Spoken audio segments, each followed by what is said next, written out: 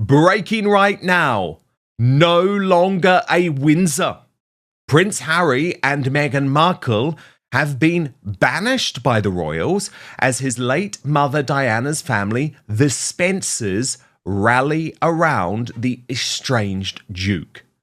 Now, this is a revelation that has come from Paul Burrell. Very interesting guy, of course. He was Princess Diana's butler for many years, her rock, but has since fallen out significantly with both Prince William and Prince Harry.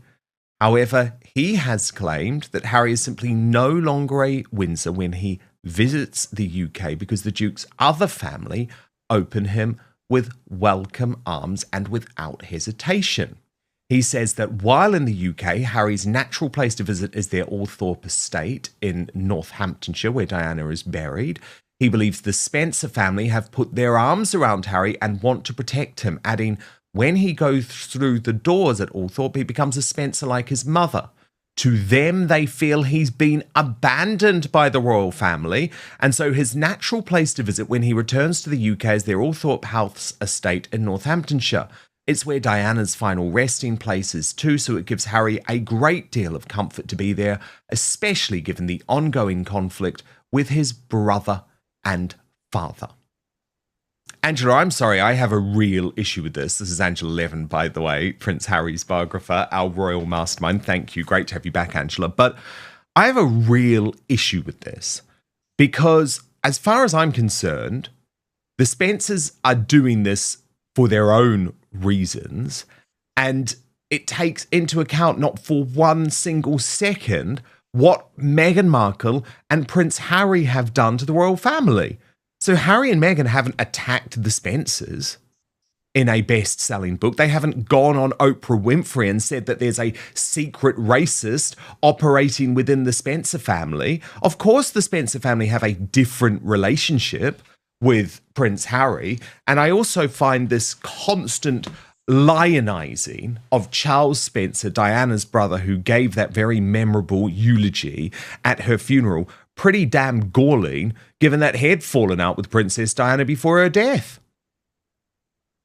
Yes. I mean, when she was very, very depressed and she was no longer with Charles, she did ask him if she could stay and live in a cottage on his many. And what was his answer, Angela? His answer was no. No. I don't want the hassle. I don't want to have to deal with the security and all of the attention.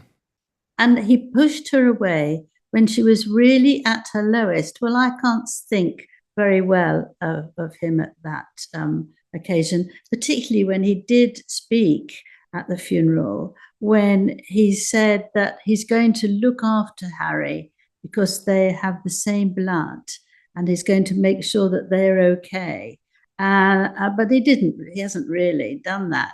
And actually, Harry hasn't really wanted that either, frankly. I mean, a little while ago, a few months ago, he invited Harry to stay overnight or for 2 or 3 days. He was coming up for one of the court issues, and he said, no, thank you. So they're not close at all. And I don't think that that's quite right. I mean, there might be something there that's true, but when the king has said that he can stay at one of the royal buildings, he said no and gone off to a hotel. So that doesn't mean that he's been shut out, quite the contrary. It's just saying that you know, this is what we've got for you, and it's very secure because there are people there all the time looking after it. But Harry says, it's not secure enough. Now, I bet you that there are not a whole load of people there looking after Harry at some hotel, because it won't make any sense. People will go there. You'll have loads of journalists out there and photographers. So he sort of creeps in there without having protection.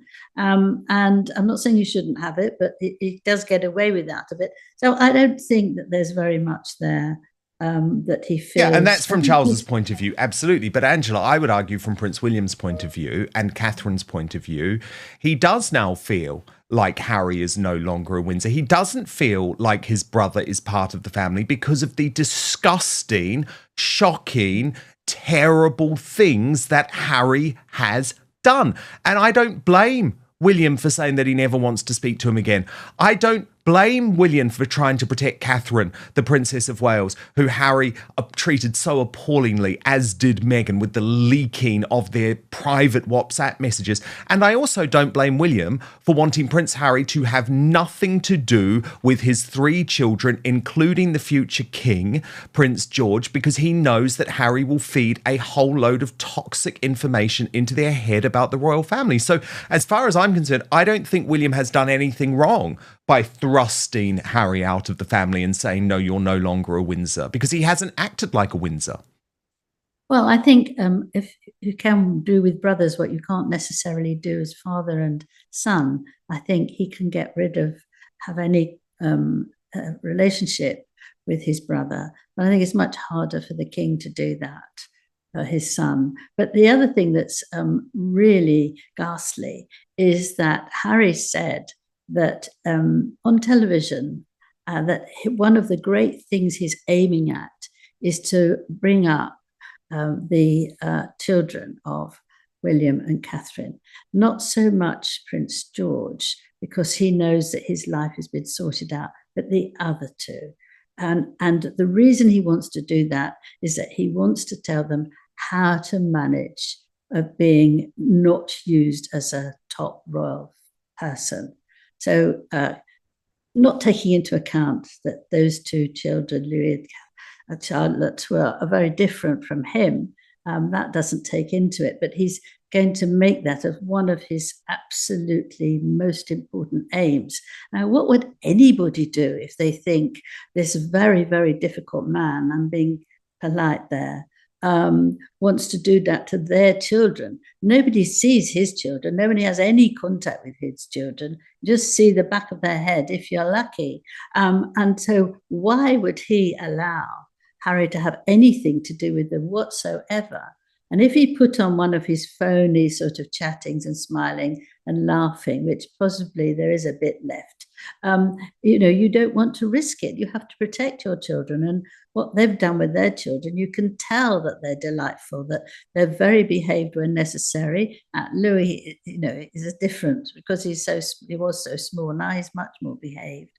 And you can't allow it. You have to make sure that it's safe. So, and also absolutely that what he said about William's wife, I think you can hold on to unhappiness and anger of someone saying something about you much more than you can know that what someone has done to your wife or your husband.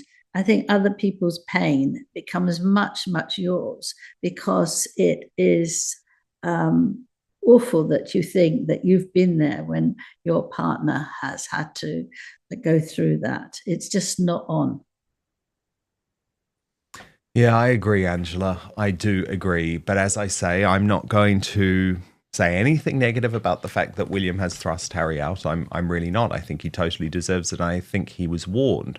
Angela, what's also been really interesting to me this week is 2 of the Daily Mail's most senior female columnists, including one who used to be a massive ally of Meghan Markle, have turned on her very viciously. So I'm going to get to the Liz Jones column in just a moment, but let's start with this from Jan Moi, who wrote how Meghan wormed her way into what she's described as the Montecito femme mafia and relegated Harry to a life on the sidelines.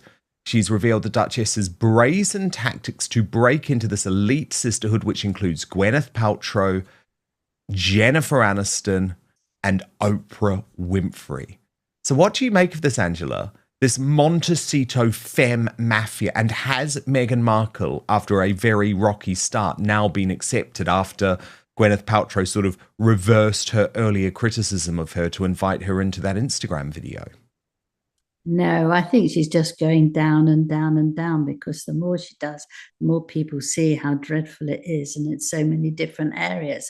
And I think people don't like it if they know that somebody is rubbishing their family in public so often. Somebody who really is me endlessly. It's all about her, and who's a phony. You know, she might hug you, but she doesn't really mean it because she needs you for the next cake she's making. You know, it's you see right through someone. And I've been shocked to see how she's gone down as a decent human being. And she's got less and less interested in anybody else. She doesn't want to know their stories. You've seen that time and time again now. It's just me. And I think a lot of the people who she's tried to be part of the gang with are also people who want to do me's, but they haven't got as many as her. So it is not going to work so well. You know, they might have two work like what they want to aim at, but she wants, you know, a whole string of them because she is more than wonderful in every possible way. And then Liz Jones is probably even more interesting because Liz Jones was for a long time one of the only mainstream columnists in the right-wing media in the UK that supported Meghan Markle. But she has turned and she has described this unsettling flogging of clothes worn by Princess Charlotte and Prince George as something that has revealed the truth everyone has missed about Meghan Markle. Let me just read you a short part of this column, Angela, before I get you to react. She says, "No, this isn't about what Meghan loves and has in the closet. It's yet another way to milk any remaining thread of connection she has with the royal family, to smear herself, not with com hop, but with class. I expect Harry hates all the twee stuff, having once longed to grow out of the sort of smock bodiced gear that has been the royal go-to for generations, to kick off his proper leather trotter shoes and put on trainers. Yet there are so many other brands making children's wear that Meghan could curate instead of merely copy. Zara, Maury, Monsoon, Lali London, Babushkini, Organic Zoo. I mean, I obviously haven't heard any of these places. Her online shop is a new low for Team Sussex, rendering her just one of millions of stay-at-home influencer mums who preferred to avoid doing any real work." So Liz Jones has well and truly turned, Angela. Yes. I mean, Harry told me, spent a while telling me that one of the things he most hated, he adored his mother, but he most hated that the clothes she made him wear, she hated them. She hated being smart and whatever suit he had to do. And when he had a little sailor's uniform, he absolutely loathed it. Well, I think nowadays, young children are even more fussy about what they wear. You know, they have their own decision making quite early. And I think the little dress that Charlotte looked so gorgeous in when she was 4, I think a lot of 4-year-olds now wouldn't buy them because they're very youngish and girly. And what they want to look like is somebody who's much older and will actually think that they're cool. But I think that you know, I think a lot of children hate what their parents or their mothers make them want to wear. But I think that Meghan is actually being spiteful and nasty to use all this that is British. It's just trying to, as I said, I think I've said to you before, that she is very cunning at making comments that actually she gets away with, which are really revolting. But somehow she figures with them that she can get away with it. And this is the same thing as trying to sell a little girl's dress or a pair of boys' pajamas, that she knows that it will really annoy them. But actually, whoa, what I'm only doing, you know, London clothes or British clothes, that's nothing. You can't do anything with. And I think she's brilliant at that. Very few people can do that. Be absolutely horrible without actually saying anything. And I think that's what she's done, really. And it's It's ghastly, isn't it? It's an awful. She doesn't have to do that. There's plenty of shops to buy all over the place, and she's doing this deliberately in the UK to say part of her way of getting her own back. It's cunningness beyond anything most people could do. Angela, you want to call out what you say is a big fat lie from Meghan Markle on stage at the Time 100 event this week. So just before you do, let's take a look at one of the relevant parts of this interview. I say interview, it wasn't really an interview, it was like a fan Q&A. But this is when Meghan claims that she is the happiest she has ever been. Well, it's a huge lie, because if you take one look at Harry, you can see how unhappy he is, and she's very happy. I mean, if she's so happy, surely you want your husband, or what she calls partner, to be happy too. And she's turned him into nothing. I mean, you can't say that that man is doing well. She's not helping him. She doesn't like him to even think about his home. His friends she doesn't like, so he can't be with them. He has to do exactly what she wants.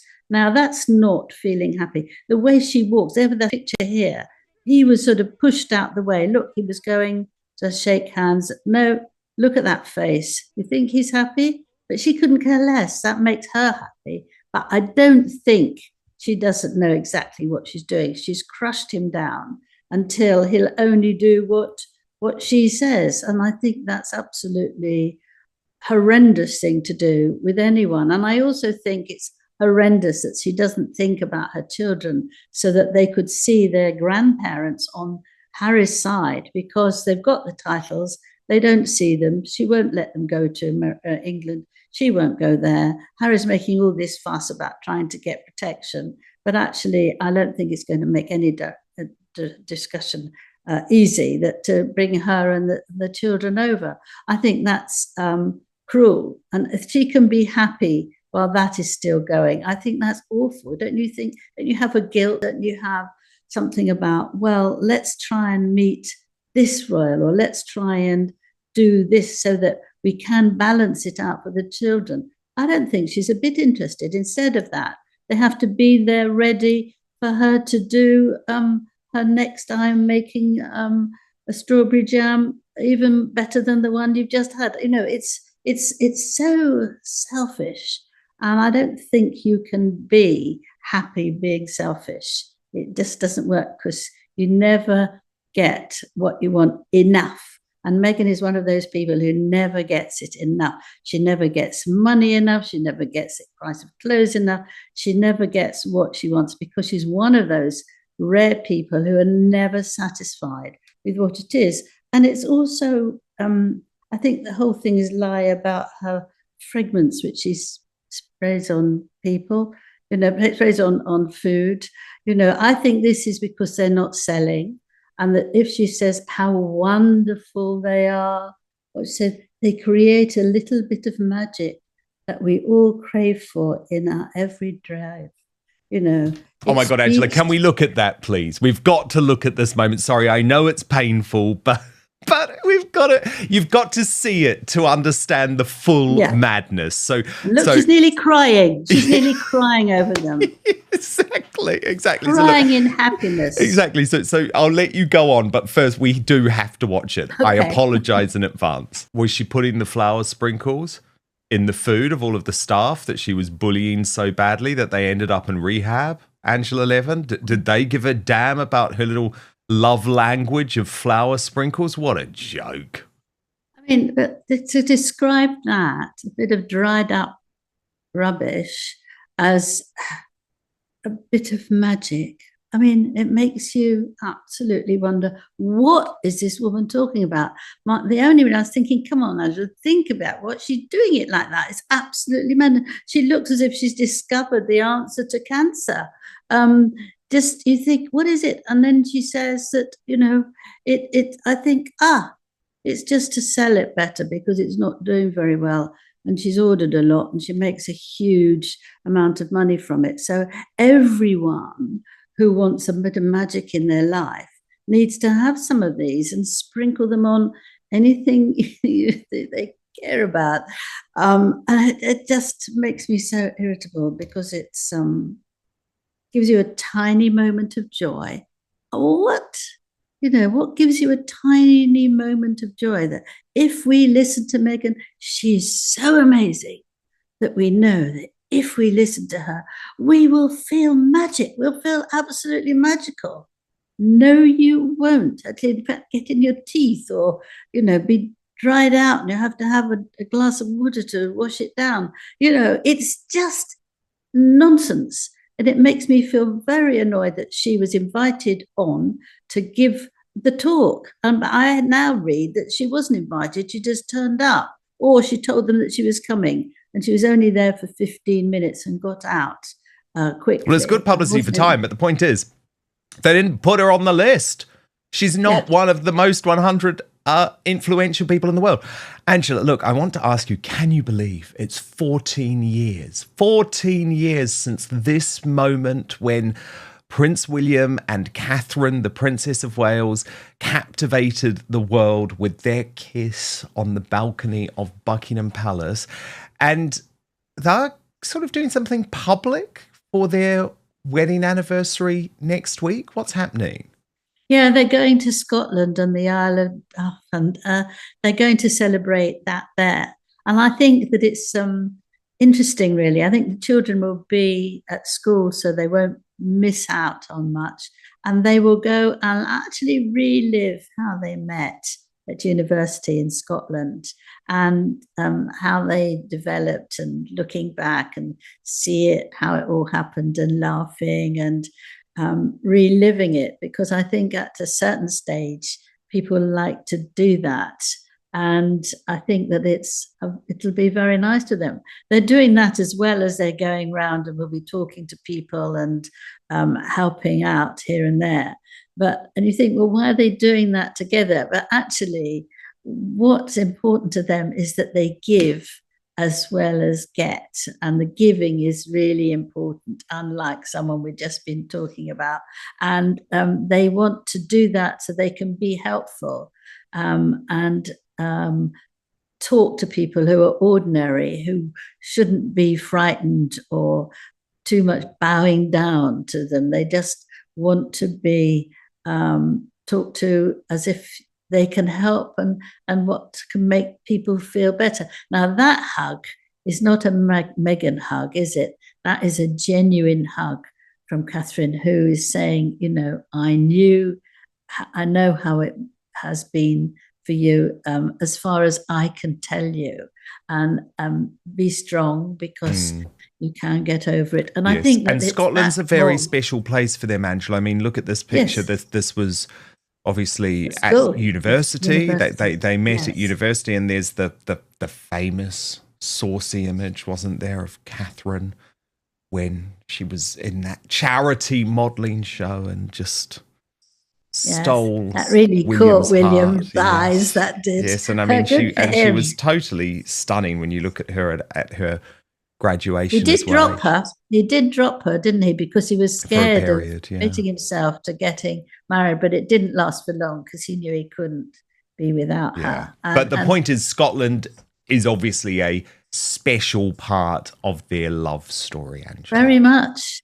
Very much. They were away from so many people. They were living very quietly on their own day after day after day. So you really get to know someone. You don't just fly over like Meghan did, once every 3 weeks because of work and then go back. The foundation of this story lies in the well-documented changes that have taken place since Prince Harry and Meghan Markle stepped back from their roles as working members of the royal family. Their decision marked one of the most significant royal developments in modern times. After relocating to North America and later settling in California, the couple began building a new life outside the traditional royal structure. Since then, Harry and Meghan have participated in interviews, documentaries, public speaking engagements, and media projects that have offered their perspective on their experiences within the monarchy. These public discussions generated worldwide attention and also contributed to ongoing tensions between the Sussexes and other members of the royal family. Over the years, reports of disagreements, strained communication, and differing viewpoints have fueled constant speculation about the true state of family relationships behind palace walls. This is where the phrase, "no longer a Windsor," enters the narrative. While Prince Harry remains a member of the royal family by birth, commentators sometimes use phrases like this symbolically rather than literally. The wording is often intended to suggest emotional distance or a weakening connection between Harry and the institution he once represented as a working royal. The term "banished" functions in a similar way. There has been no official announcement declaring Harry and Meghan banished from the royal family. However, some critics and commentators use the word to describe what they perceive as the couple's increasing separation from royal life and royal responsibilities. Whether one agrees with that interpretation or not, it highlights the extent to which Harry and Meghan's relationship with the monarchy continues to be a subject of intense public fascination. Another major aspect of this story involves Princess Diana's family, particularly the Spencer family.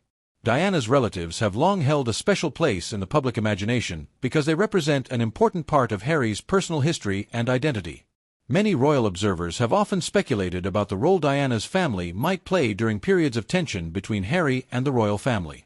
Because Harry has spoken publicly about the importance of his mother's legacy and the influence she continues to have on his life, any suggestion that Diana's relatives are providing support naturally attracts significant media attention. However, much of what is reported about private family relationships remains difficult to verify. Family conversations, personal support systems, and private interactions are rarely visible to the public.